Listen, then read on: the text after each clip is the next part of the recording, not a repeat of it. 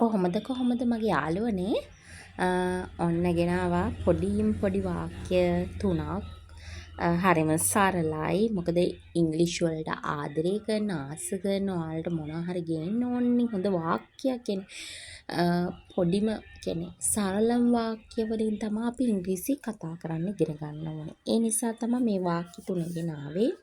බැරිද කියලා අහන්නේ අපි can't කියලා. can't නේ කියන්නේ. මොකද කියන්නේ cannot කියන එක තමයි can't වෙන්නේ. මොකද පුළුවන් කියන්නේ can, බෑ කියන්න can't. ඔබට බැරිද කියන්නේ can't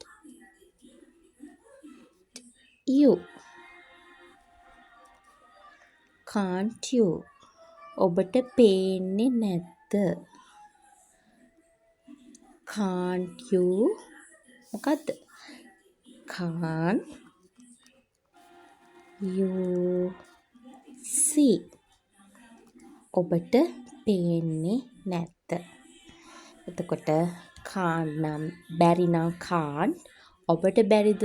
can't you. ඔබට පේන්නේ නැද්ද කියලා කොහොමද අහන්නේ? can't you see.